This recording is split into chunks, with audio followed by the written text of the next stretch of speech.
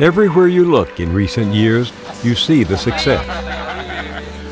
I.M. Pei and his landmark buildings in America and worldwide.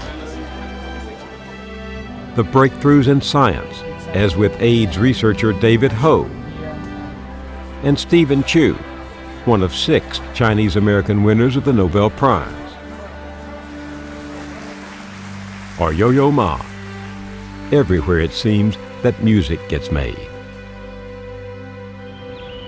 One of my favorite success stories, because it's so unlikely, played out over this plot of land, now the all but sacred site of the Vietnam Veterans Memorial.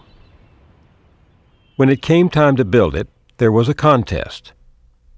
Everyone knew its importance, and top design firms across the country joined in. Who won? My roommate came and got me and only said, "Don't get your hopes up, but you've got a call from Washington." A college student, Chinese-American, just 21 years old.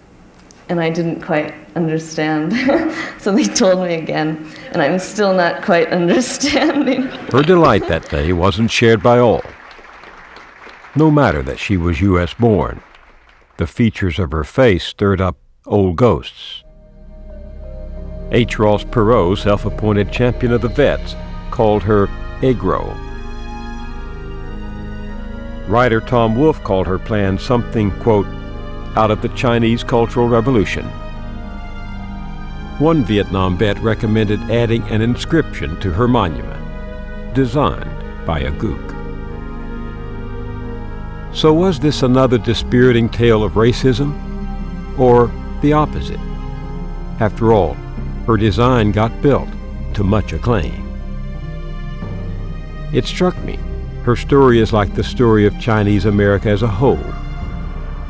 It shows how powerful race can be in this country, and how powerless when matched against human will. To get at that story, I had to reach back more than 50 years.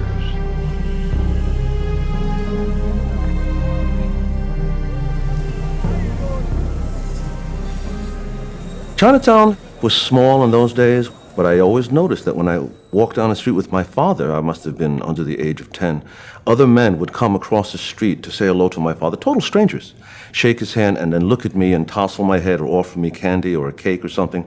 For many of them, of course, because they had children of their own in China, which they had not seen in years. And the sight of a child in Chinatown was remarkable at that time. Charlie Chen grew up in Queens, New York, the son of a laundryman. When he was a boy, the old Chinese America was very much alive. And he'd see it firsthand when his dad brought him to Chinatown. You still could find old Wakyu, Lo Wakyu, the old Toisan uncles who were still living in little apartments, some of them still 6 or 7 in an apartment where they had been for 20, 30, or 40 years. From the days when they first came over and trapped by time.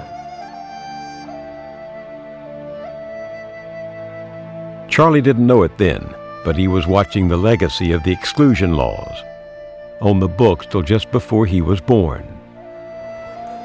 The law had barred Chinese from bringing in wives, and for these old laborers, its repeal had come too late.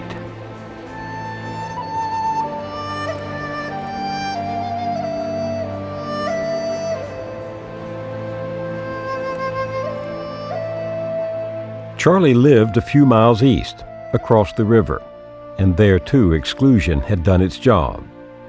There were 4,000 kids in his high school. Just a handful looked like him. That would be myself, one young woman named Miki Shimazu, a Filipino woman whose name is Orokakakahininan, and a young man named John Yang, a Korean American. You remember them all? Well, because I dated both of the girls, number one, and I was friendly with John. We had no other choice, really.